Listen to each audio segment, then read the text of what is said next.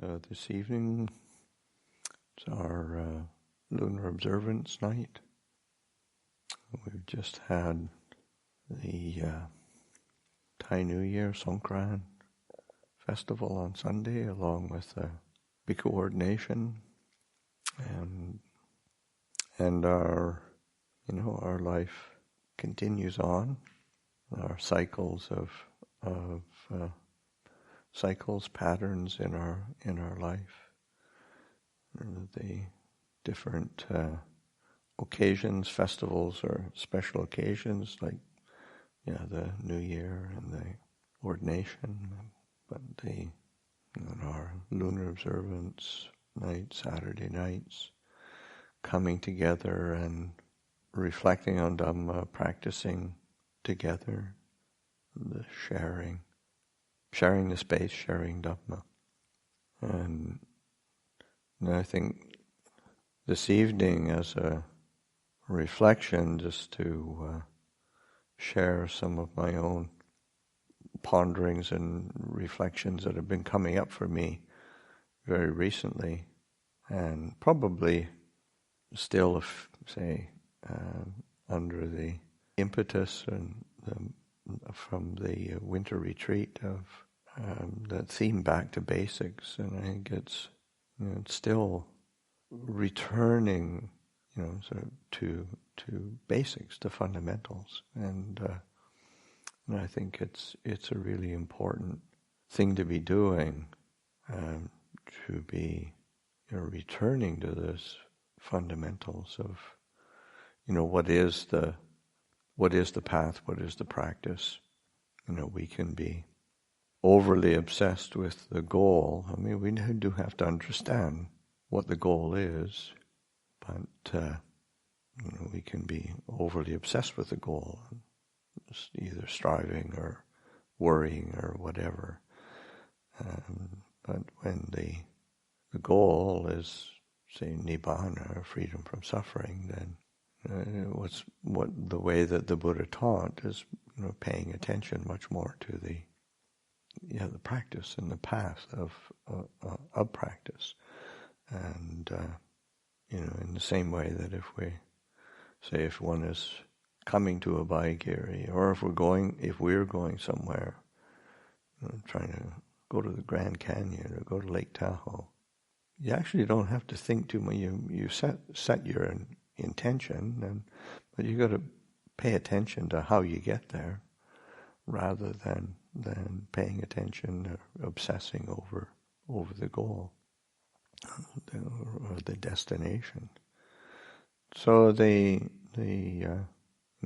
one of the fundamental and teachings and tools that the Buddha gave is concerning mindfulness.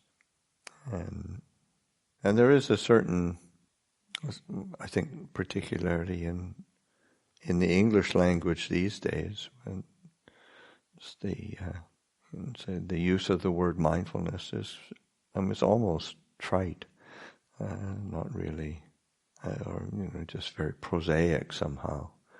It doesn't really capture the kind of the import of it, but certainly the way that the importance that the Buddha himself placed on it, and of course in the subsequent traditions, and particularly the meditation and practice traditions, that emphasis on the centrality of mindfulness is really important to understand, because the Buddha starts his discourse on the Satipatthana, the foundations of mindfulness, or the establishings of mindfulness, as because there are four foundations. What are the four? What is this? And the Buddha saying this is the direct path to for the purification of beings. It is for like a direct path for the purification of beings, for the overcoming of sorrow and lamentation, for the disappearance of pain and distress, for the attainment of the right method, for the realization of nibbana. So that's a very powerful statement, and so that you start realizing, well, mindfulness is really it's got to have a lot more nuance than just some sort of bare awareness or choiceless knowing or something. There's a lot more nuance and depth, texture to it. So that and actually that something that say Beth's book, More Than Mindfulness, is actually really really important. It's I think it's a good contribution to the fleshing out the presentation or the perspective of what mindfulness is or could be or should be. So just reflecting on these, how do we cultivate it? How do we develop it? How do we hold it? What are we using it for? Because that said, this for satipatthana, and you can just as it's foundations of mindfulness. It's a body, feeling, mind, and dhammas, objects of mind, objects. But and one can, and it certainly is appropriate to hold using these different foundations as a base of where we direct our mindfulness, hold our mindfulness, is an aspect of it. But I think also there's a sense of these establishings of mindfulness, or how Ajahn Jeff translates it as the frame of reference, a frame of reference. Because we use these frames of reference, so the foundations of body, feeling, mind, in terms of the moods of the mind, and the dhammas as the objects of the mind, as a frame of reference to be as like a lens of viewing our experience, so that we can really see clearly and cultivate an aspect of or an experience of clarity, but also an experience of letting go, of relinquishment, of dispassion, disenchantment. That's it's such a important quality that it needs to or should be elicited in order to really grow on this path. And so that this establishing of mindfulness, and it's a way of seeing, a way of viewing, a way of experiencing the things around us, and so that we can experience a settling and dispassion, relinquishment. Thinking of there's stories of even the Buddha himself being harassed by Mara, Mara being the personification of say, of things which obstruct and hinder or create complications, or if one is comfortable with him being, I mean, he's the depicted as the Lord of the highest sphere of sensuality, the highest deva realm, and he's trying to keep beings within his sphere of influence. I mean, it's similar to the Christian depiction of Lucifer, Lucifer is a bright being. But even if we take it as a personification of an inner quality, it still works. But so that even there's scenarios of the Buddha being hassled by Mara, and the Buddha's way of dealing with it is this, it's kind of brief. It's like, I see you, Mara. I know, and as I see you, Mara, I know you, Mara. And it's that. So it's not just a cursory glimpse.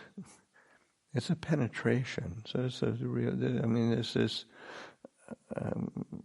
And of course, it doesn't sort of say, well, but the Buddha would have been mindful, and this observing something with clarity and an inclination to disenchantment and relinquishment. That is the power of this mindfulness practice. So it's this developing of our mindfulness is not just sort of it is a foundational practice, but it's a foundational practice that takes us to liberation, the direct path to the purification of beings. It's a very powerful statement to the realization of Nibbana. So that really attending to the ways in which we cultivate that mindfulness, and also that there is in particularly, I think, in the commentarial literature, there is a kind of a dichotomy between, or a split, as if there is kinds of practice, like there's mindfulness practice, and then there's samadhi practice, so that they're as if they're two different things, and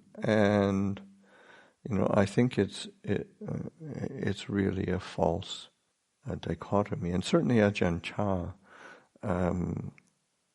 in his teachings, I mean, he put tremendous emphasis on that cultivation of mindfulness, but mindfulness was always in the employ of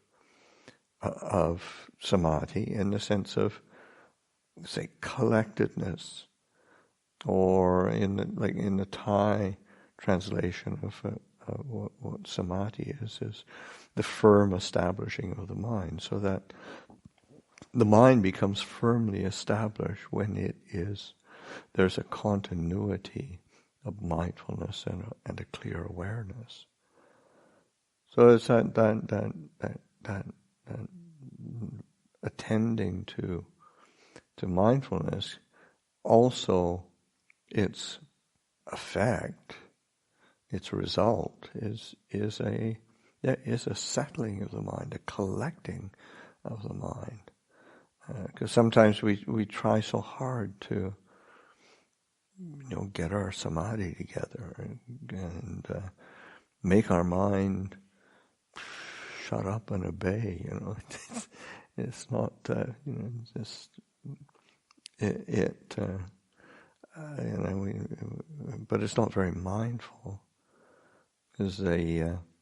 And just reflecting, I was sort of thinking of there's a discourse where the Buddha talks of the development of samadhi, and it's Anguttara 4s, and it's these 4 developments of samadhi, and it's what it leads to, and so that samadhi leading to a pleasant abiding here now, and that's and which is a development of the settling of the mind.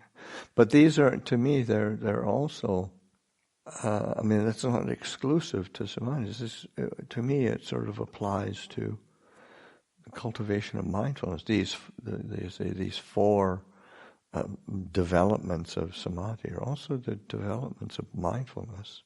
So that one leading to a pleasurable abiding, pleasant abiding in the here and now, and so that, and certainly when the mind settles and becomes still, you have to. It's not just samadhi. You have to really rely on the mind to be alert and present and mindful, and one can direct one's attention to that and delight in that result.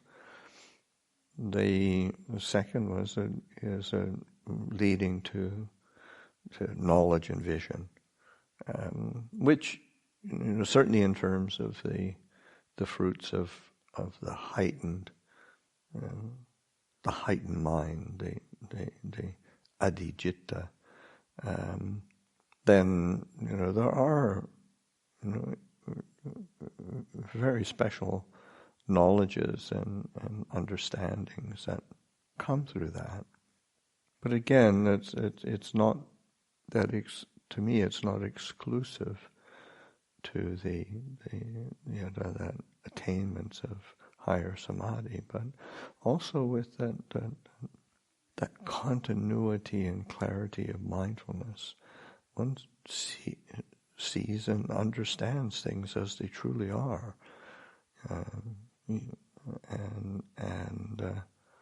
you can build on that. The third, in development of samadhi, is for the leading to mindfulness and alertness, sati sampajanya. So that the cultivation, development, and say successful cultivation of samadhi practice should be leading to mindfulness and clear comprehension. So the opposite is also true, in the sense that this, as we attend to, because that's one of the aspects of the cultivation of mindfulness in the satipatthana, is that cultivation of clear comprehension and satya sampajanya, and so that there's a power of clarity that continues into whatever we're doing, and there's also in that use of the sampajanya as a quality that one is focusing on. There's the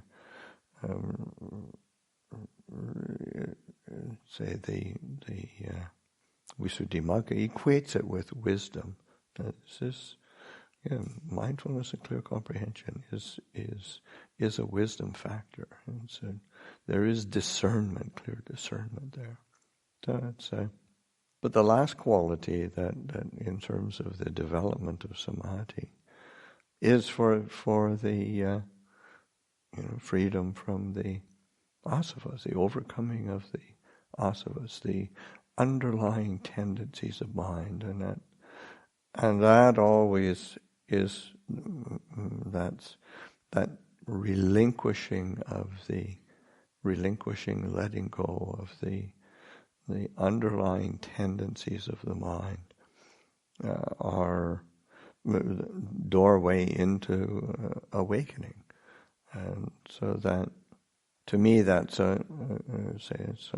yes, of course, that is a function of and a goal of samadhi, but it's a function and goal of mindfulness as well.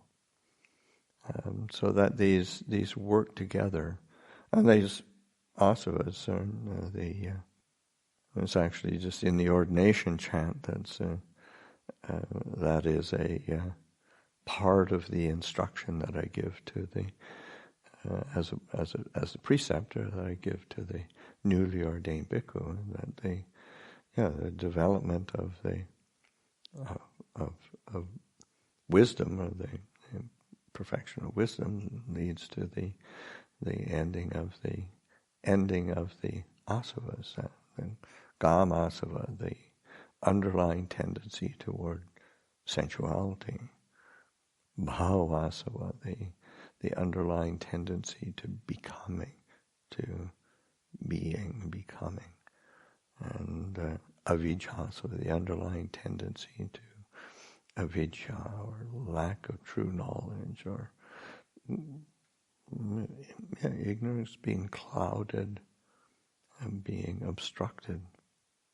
So that the ability to really, they have to be seen clearly, and that is attuning the mindfulness to. Enjoy the pleasant abiding here and now, but also how do we free our hearts from the asavas? How do we really free ourselves from these underlying tendencies that keep returning to? And that's certainly one of those four foundations of mindfulness, or these four frames of reference: body, feeling, mind, the objects of mind. It's what is really, it has many functions, but the essence is around this. This is not mine. This is not me. This is not myself. I am not. I'm not to be identified with any of the experience. And it's not that it's not there. You're mindfully aware, you're alert, you're present, you realize this is body, this is feeling, this is mind, this is an object of mind.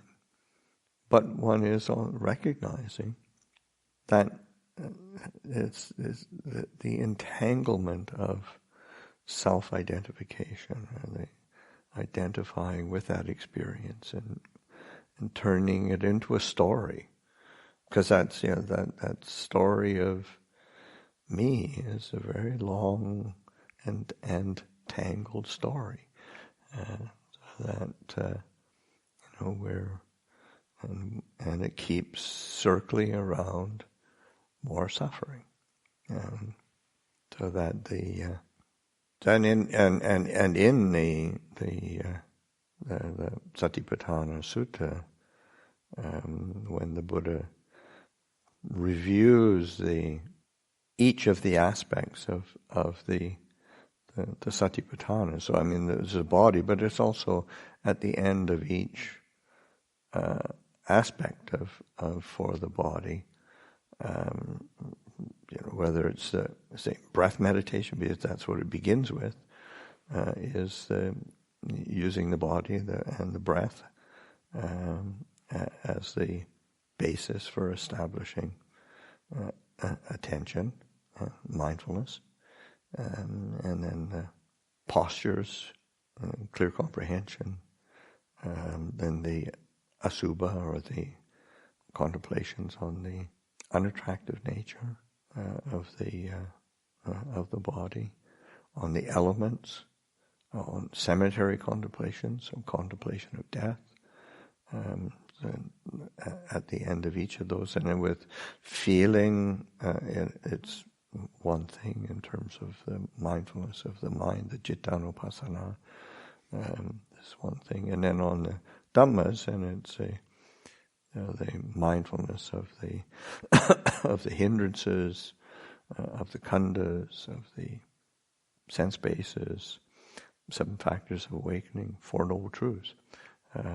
But at the end of each one, and the Buddha says, is and one's mindful of the say of the body, or whichever one. I'll just use body as a in and of itself, and in the terms of seeing internally in and of itself, externally in and of itself, in both internally and externally, so that there's a comprehensive experience and establishing of mindfulness and reflection.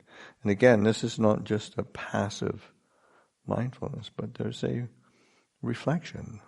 It's like you're paying attention to the influence of the breath on the experience, paying attention to what happens to the mind, and using it, the contemplation of unattractiveness.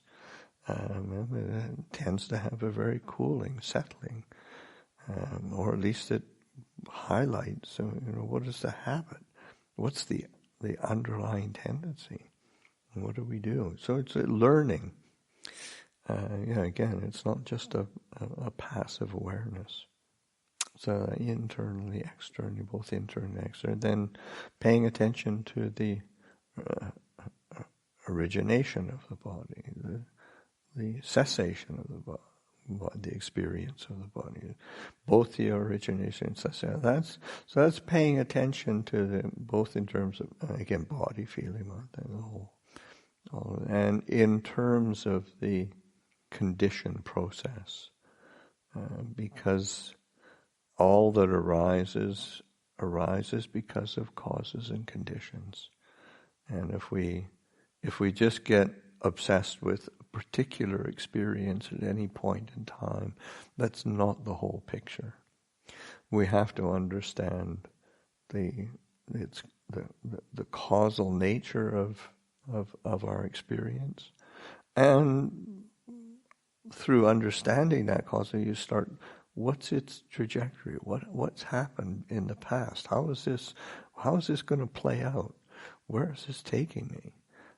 So that there's an understanding of that origination, of the cessation, of both the origination and cessation, and that is it's an important element of mindfulness practice, of satipatthana practice, and there is that turning of attention in a way that understands the causal nature of things, and not in a linear sense, but in a more maybe like a conditioned nature of things.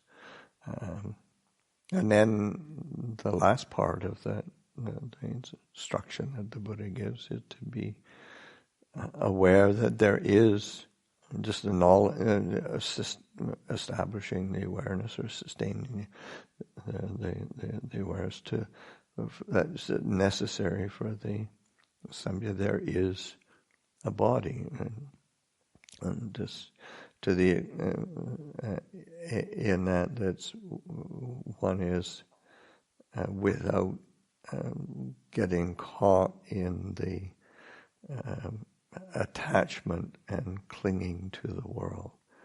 There's enough knowledge and awareness.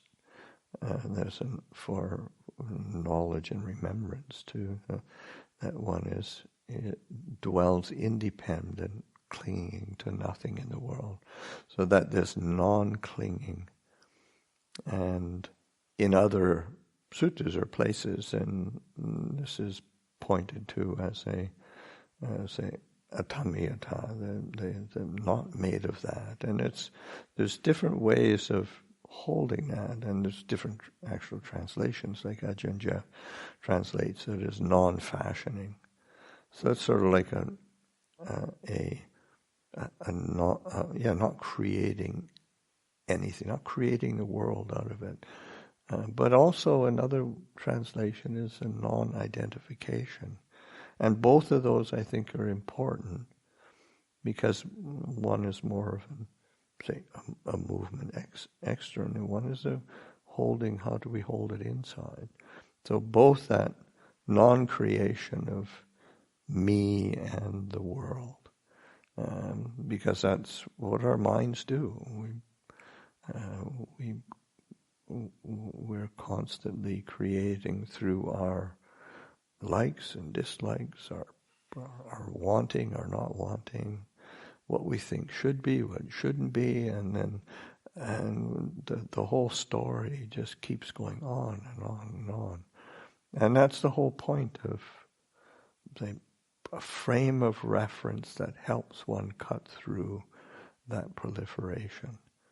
And, to be able to cultivate that and develop that and attend closely to it is to me is really the heart of the practice. And I think of, that's another angle on, back to basics that we explored through the winter retreat.